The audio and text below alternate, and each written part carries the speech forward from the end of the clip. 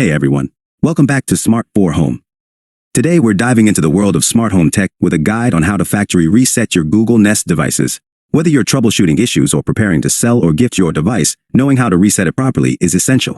Let's get started. Step 1. Introduction to Google Nest. Google Nest devices like the Nest Thermostat or Nest Hub are fantastic for making our homes smarter and more connected.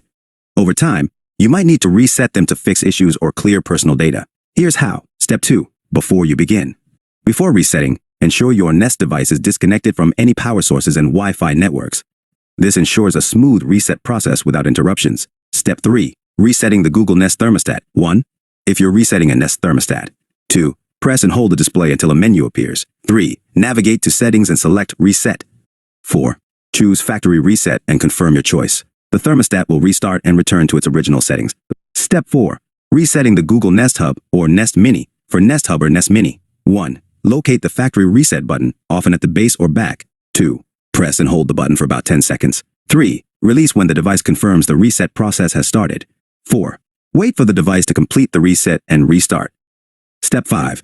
Resetting the Google Nest Cam or Doorbell. For Nest Cam or Doorbell. 1. Open the Nest app on your smartphone. 2.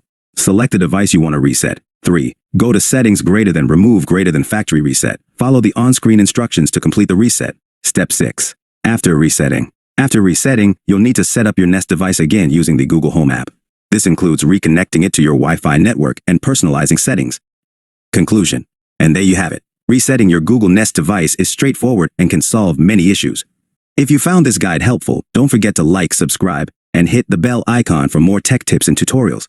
Thanks for watching, and we'll see you in the next video.